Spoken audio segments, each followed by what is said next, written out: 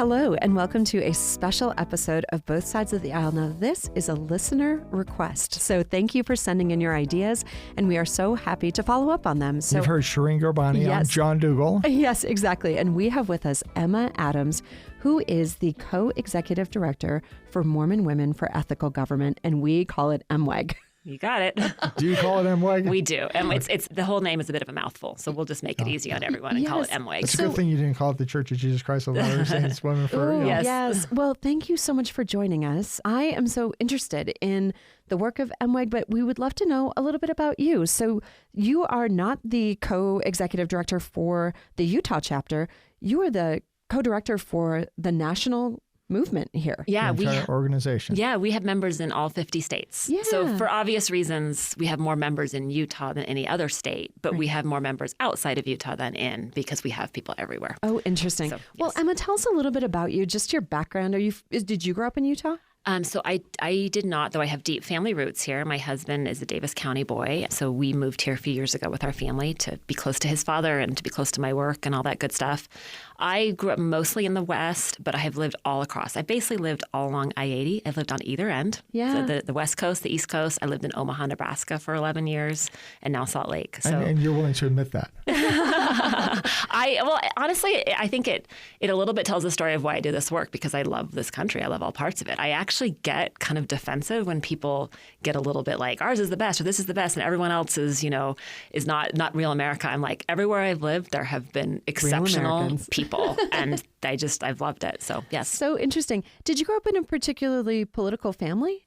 Not necessarily. I mean, I grew up in the San Francisco Bay Area. And I was in East Bay. Okay. So like a little bit south of. I lived in South Bay. Oh, so yeah, a little bit. Sunnyvale. Okay, yeah, exactly. So I grew up in Hayward, and then I went to school across the bay in Palo Alto. So I had family in Palo Alto, and then I grew up in Hayward. And it was like definitely, and both Hayward where I grew up and then Stanford where I went to school were very, very liberal environments. And I grew up pretty, like just naturally very conservative. And so I grew up in this space where I was mostly surrounded by people who had different political views than I did. And I think a lot of my not my personality, but the way I worked was kind of forged to that environment. So I would regularly debate on every topic. Like junior year, my U.S. history class, it was just one. I took every single conservative position and took the debate side of that. And really, but it was a wonderful environment to grow up in because people talk about, I don't know, some people kind of look at that as maybe it influenced me and made me more liberal, but actually what it did is it forced me to strengthen my arguments and my beliefs. I had to get good at being persuasive and not just talking points, right? Because I cared about the people I was talking with. We were friends. We were connected. It reminds me of some of my experience because people would tease me. Yeah. Because I was born in Hollywood, California, grew up in Portland, Oregon. Yeah. And lived in the San Francisco Bay Area. And I was typically top 3 most conservative in the legislature. Yeah. Folks are like, what happened? And I told them I saw everything that didn't work. So, it was just kind of this, experience where you're having to defend your beliefs and stand on your principles, even though the overwhelming majority were of a different persuasion. But it also really helped me just develop a deep respect for my friends and family and others who had different political beliefs. So I never really, I think there is sometimes an element of growing up in a conservative faith environment where you sometimes insert kind of a moral authority attachment to your political beliefs. And I had a little bit of that, but I think by and large I was able to avoid, some of the more problematic aspects of that because of So you don't want me to say amen deep right relationships. Well, just these deep relationships. When you love people truly and respect them who have different political beliefs than you do, you're less likely to assert moral goodness to yours versus them. You actually see goodness in all of them. And so that kind of forged who I am politically. How interesting. And did you go, so you talked a little bit about some of the classes you took. Did you start off with a life in a political world? No, not at all. I'm actually trained as a classical musician. So, in high school and in college and certainly I took classes. I took feminist studies. I took lots of different history classes. But ultimately, my first love is music. I'm a classical pianist. Oh, wow. But then I had to pay off student loans from Stanford. And so I worked in law firms for a few years in Boston and I worked in Silicon Valley in the late 90s. So it was kind of the bubble of the internet. And I got a really cool experience working in both those locations. Okay, that's interesting. So classical training at Stanford? Yes. Okay. Yes. There you go. Yeah. I did that, but then I did for years. I was doing legal documents and spreadsheets. I did investor relations, and a lot of that stuff translates. I mean, when you're a musician, you know how to run the numbers. It's just part of the analytics of being a musician. So that's interesting. I'm proudly a theater major. Oh, nice! I went love to it. a state school in Minnesota, but it was definitely. I do think it prepared me for a lot of the work that I've done in the political world. Yes. Because you have to. There's so much give and take. There's so much being very in your body, present with others, paying attention. Yeah. Kind of all of those things, and delivering a message. Well, and I think as a performer too, I mean, I'm used to being in pretty high stress, intense situations as a classical performer, and so everybody's watching. Yeah, and so oftentimes with it translates into public speaking or the political engagement I do. Like I tend to kind of go into deep calm mode when everyone's kind of going into chaos around me. I'm just like, we got this, so that helps. So when did you join MWEG? Yeah. So I was one of the earliest members. It was. I don't know if you know much of the history, but it was a Facebook group, a group of women who felt called to do something in a fractured political environment. And I just was added along with thousands of other women in the first week, and then 4,000 within the first month. And that was 9.5 years ago. And then eventually I volunteered, and then eventually I became the first non-founder executive director, and that was 7 years ago. And we've been since then putting together a structure in place for all these thousands of women. So for our listeners that don't know what MWEG is, what is it? How did it come to exist? Yes. So we have a two-part mission at MWEG, and that's kind of, we've had it since the very beginning, but we've kind of settled into maybe explaining it better over the years. But the first part of our mission is really what it says in the name. We're a group of Latter-day Saint women, and we kept the word Mormon after the church kind of distanced itself from it, because it helped create that distance for us as well, because we've never purported to be the church or be connected to the church officially. And we are deep women of faith. I mean, this is a huge part of our identity. It informs how we interact with each other. It informs so much of what we do. So we actually do advocate for ethical government. We have a 501c4 that does lobbying. We choose issues to work on together with women across the spectrum. Our membership is pretty evenly divided between Democrats and Republicans. So that means that we have a pretty narrow issue set and policy set we work on. We don't do the laundry list of either side. And we work in states, and we work at federal level. And then the second half of our mission, which in many ways is the larger and I would say more powerful one, is the empowerment piece. Yeah. We have programs, just you name it, we've got a program that helps the women who join us and the people who follow us to learn how to engage in the civic sphere in a way that is faithful. So you're true to your values of your faith, you're nonpartisan, you're proactive, and you're peaceful. And that's really key. That peaceful piece is what we're lacking these days, isn't it? It feels like it. So when you talked about joining a Facebook group and it kind of expanded from there, it sounded like there was kind of a flashpoint. It sounds like this wasn't like a few folks joined, and over the years you started rolling up a bigger and bigger. It sounded like there was kind of a flashpoint that caused the group to coalesce. Yeah, I mean, the original group of founders started to get together during kind of the 2016 election. And again, they were Republicans, Democrats in between, and they thought there was Trump's something. First election. Yeah, but it wasn't necessarily at that moment about Trump. It was more about like the environment, the vitriol. Like it was just such a layers and layers of vitriol. Now, for someone like me, I joined the day of the first Trump travel ban. That was, for me, a flashpoint for many of our women. I had done refugee resettlement for years in Omaha, and I had these families I had worked with that then, with that travel ban, as a lifelong Republican, I was devastated that my party was supporting that. So that was something that made me kind of think carefully about politics in that moment, and I joined MWEG at that moment. Interesting. Wow. I mean, that's certainly a flashpoint, I think, for many. It's interesting that you bring up the travel ban. In 2016, was also called into politics for the first time. Not a person of any particular faith, but now a Utahn. I've lived here since 2009 and decided at that point to run for office. And my representation really from my city council to my state senator aligns with my political views. And I decided to run for Congress. One of those small little steps. Yeah, I love that, because a lot of women don't. Wow, I was so angry for many reasons. Yeah. Not just Trump. In large part, I'd lost my mom to cancer, and I was very angry that we live in a country that could do more so that people don't have to go bankrupt, with a diagnosis. And luckily she didn't, because she was on Medicare. But you could just see people getting calls from bill collectors while their loved ones were struggling for their lives. And I was I felt that was unacceptable, especially with a representative who voted against access to healthcare every chance he got. So I decided to run for Congress. And one of the things that really made me feel like Utah is special and unique, and there is something particular about members of the Church of Jesus Christ of Latter-day Saints, is that relationship to immigrants. And I felt my faith restored in this country in some ways, knocking on doors in places like Davis County and having men who look a lot like John, older kind of Republican men. I'll take that as a compliment.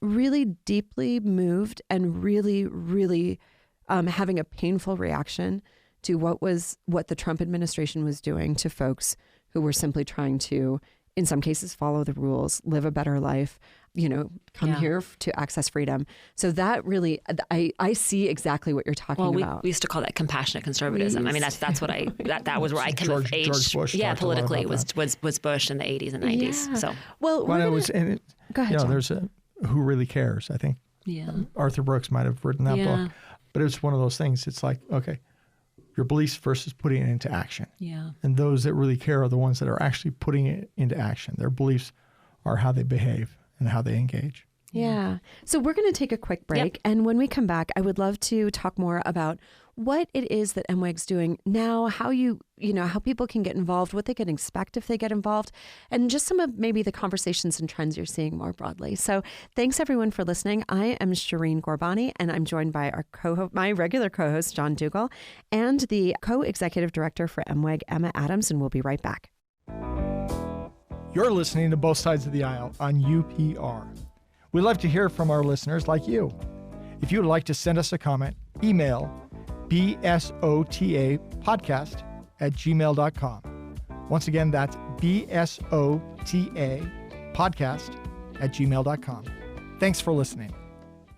Shireen Gorbani on the left. John Dougal on the right. And we are lucky to be joined by Emma Addams, the co-executive director of MWEG, Mormon Women for Ethical Government. So tell us a little bit about some of the big issues that you have. I think a lot of folks in Utah will know MWEG because of the association with the fight for fair districts. So Prop 4, can you talk to us a little bit about that? Or fair districts are different gerrymandering. Yeah, John, I was going to say, let's just lots of strong opinions about that one. Believe me, yeah. So first, I would set the stage by saying that we have been opposed to gerrymandering in every state in which it's happened. We took a position in Virginia against the work there in gerrymandering, and so we've tried to be as consistent as we could possibly be on this issue. The fortunate, depending on how way you look at it, is the Prop 4 in Utah. The judge's decision came in a year when redistricting across the U.S. has become just the most divisive, partisan kind of a mud pit issue. And on the one hand, it's given us more attention. On the other hand, we've had to kind of navigate this incredibly partisan kind of lining up on either side across the nation. So this is an issue that our members worked on from the very beginning. This is early when MWEG was just a baby organization. Legal Women Voters was running Prop 4, and it was an obvious issue that our members wanted to work on. And so then when the commission was sent to set aside and new maps were passed, we chose to take the opportunity to become part of the lawsuit to challenge what we saw as a violation of the Utah Constitution, and that's really as simple as it's been for us from the very beginning. I'm like, John, do you have anything you want to say about it? I want to ask, do you think the judge acted constitutionally? But I figure you're in litigation, we don't have to get into that. Here's what I'll say. I have watched this issue play out in the public for Utah over the past 6-7 years, maybe even before that. I love reading the comment sections on social media because if you look at those comment sections, there's some yucky stuff there, but you will find Utahns actually debating passages of the Utah Constitution with regard to this issue. And that to me means that Utahns are enlivened and they're paying attention, and we could have a constitutional debate about this. And I think that is fabulous, and that is a good thing. And we would probably come on different sides, but that's okay because at least we're talking about the Constitution, and I'm all for that. So how does your organization pick the issues that it's going to rally or advocate for? I mean, what does that look like? Yeah, what are some of the things at the top of their list these days? And one of the questions is, I know you're a nonpartisan organization. Some will say they believe you're a more left-leaning organization. So talk about that whole we broad... definitely get that in Utah, and then we get in other states that were considered conservative. So it's this weird world that we live in. We're not trying to be middle. We're not trying to be center. We're trying to meet the ideological desires and needs of a vibrant, diverse group of women from across the U.S., essentially, which means that our process for choosing what we work on and positions we take takes longer than most other organizations. You'll notice something will happen, someone will put out a statement. We are rarely, if ever, on top of it right away, because behind the scenes, we are frankly arguing. We're going back and forth. We're talking to each other. We're trying to figure out, do we even want to take this issue on? We do have 4 core issues that our membership over the years has shown to be their most important ones. And the first one is advancing democracy, the kind of the guardrails of democratic governance of the Constitution. Our members really care about immigration and refugees. Our members care about the health and well-being of families and children. Yeah. And they care about what we call caring for creation or environmental issues. So we set those 4, and then we don't do everything within those 4. Yeah. We choose very carefully based on bandwidth, based on member engagement, and based on having good information about those.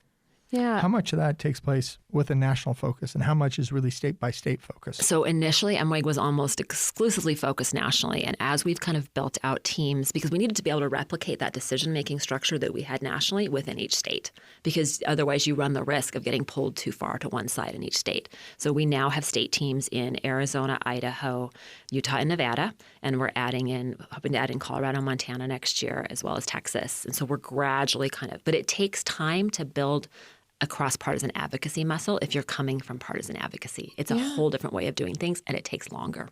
Yeah. And it can be frustrating. You have to have patience. Wow, I believe that. This show has taught me a lot about that. I'm curious. I've taught her patience. I love it. I'm curious if we can go back to the first one, which was around sort of the guardrails around democracy. So I'm guessing voting rights and access. Voting rights and access. And we do see this, the redistricting as being part of that is anti-gerrymandering as being pretty foundational. And has MWIG engaged specifically on the Save America Act? We have opposed that act. Yeah, we have. Would you talk about why a little bit? So, it's so interesting, again, coming back to what we were talking about earlier, being kind of like growing up in the Republican Party under kind of like Bush and Reagan and others, to have things be so focused, it seems like now on making it harder to vote is just really perplexing to those of us who kind of were like, what happened here? Yeah. And the Save America Act, the way that it's set up and the way that it's been pitched and the way that it's been designed, it doesn't really seem to, frankly, help or hurt either party, even though some people say it will. It seems to create a whole bunch of confusion around voting. And we generally believe that having access to the vote, to the ballot, we're not against voter ID. We're not, some of the traditional kind of things on the left that maybe are the laundry list of voting rights that they want. We've taken kind of piecemeal positions on those. But in general, the tone you set for wanting people to vote is so important. And that bill, beyond the policy implications, also has a message a bit of we want to make it really hard to vote. And that's a problem for us. Yeah. I certainly think it's a problem. I've been really concerned and confused about the verification around name changes, which is something that typically happens more for women, right? All of those kinds of concerns. I feel like it really will be a challenge for people to vote. And now, as we're recording this, though this will certainly air later, we're sort of seeing our government really grind to a halt around this again.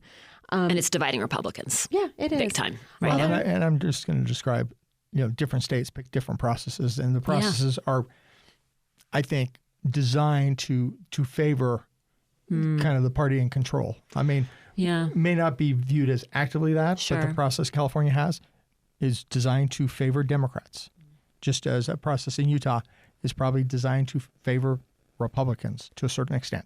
It may not be as visible as certain other activities, but that's the nature behind the process. I think ultimately it's kind of hard to know what's going to favor with the shift in electorate too. So I think it'll be fascinating to see over the coming years if those who try to over-engineer for a partisan outcome will actually find that is what comes. And that's where the danger comes in, right? I probably should have used Texas as a better example than Utah. I think we kind of revert to partisanship at our basest. Mm-hmm. And so absent some sort of strong force, otherwise we all kind of do it, right? Okay, so let me come back to the question I kind of teed up a little bit. You're a nonpartisan organization, but various folks I've heard from would describe you as a left-leaning organization.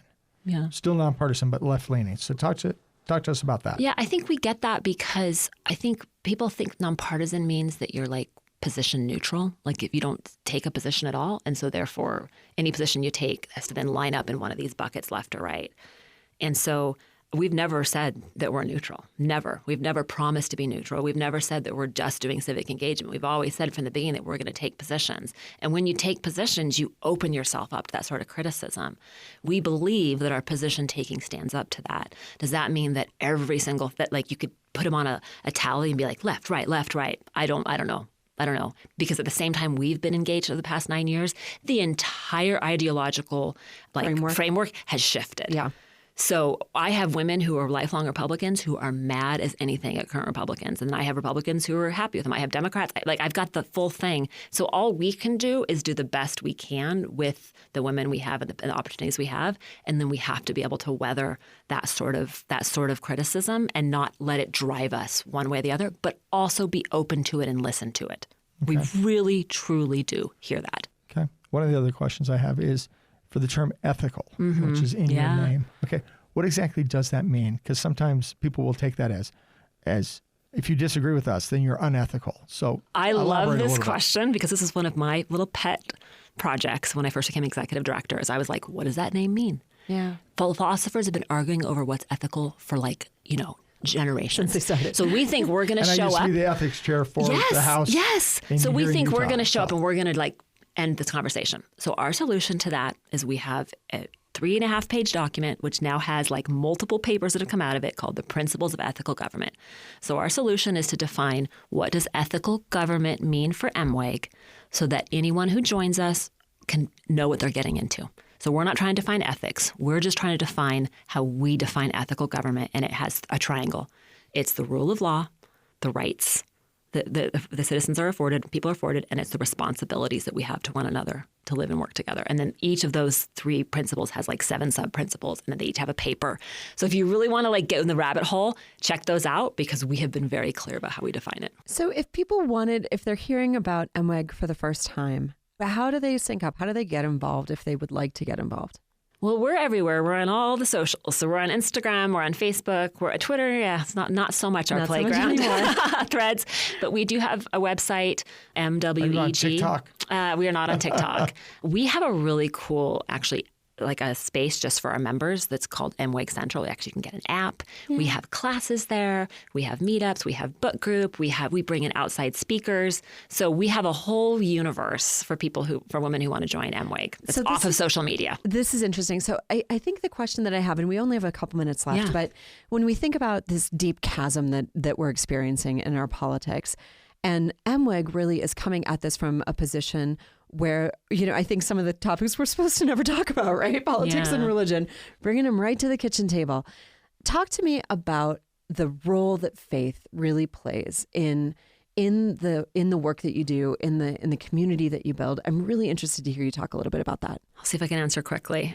We do everything we can to avoid weaponizing faith. Yeah. That's first thing.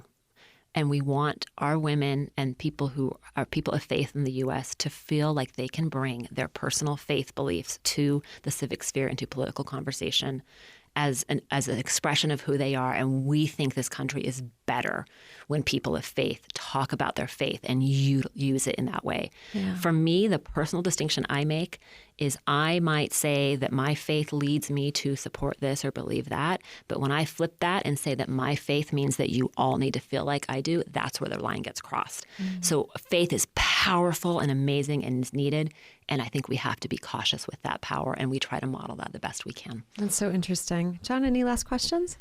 Yeah, but we don't have that much time. Keep talking. So America 250th. Yes. What does America mean to you? I'm so patriotic. When I moved to Boston right out of college years ago, the first weekend I went to the Battle Green. That was the first place I went. I loved it. I am one of those people who believes in America, who feels optimistic, who loves it, who has hope, and thinks we are great. I am thrilled with the opportunity to celebrate it. MWEG has been celebrating it all year long. So we're here for the celebration. Yes. So I'm guessing if people check you out on social media, they get connected. If they feel like this is, I hope that folks feel like it's an inviting and open place for them, they might still get to take part in some of the celebrations that are going on through the summer. We have a lot happening, so come join us. Great. And really quickly, any book that you would recommend to our listeners? Oh, let's see. Right now, I am reading poetry. That's okay. She's actually an MWEG member. Darlene Young has written some beautiful books about domestic life through a poetic lens. Wonderful. And so I would highly recommend those. Okay. Tell us the name again, her name again. Darlene Young. Darlene Young. Okay. Well, now you've got a book recommendation. If you're looking to sync up with a community of people who are working towards a more peaceful, just, and ethical world. There you go. Peaceful, just, and ethical. She's got Jeez, will you take elevator me? pitch right there nailed. I'm Shireen Gorbani with my co-host, John Dougal, and we were lucky to be joined by the co-executive director of Mormon Women for Ethical Government, MWEG, and that is Emma Addams. Thank you so much for listening. Thank you to our producer, Anthony Scoma. We'll see you soon.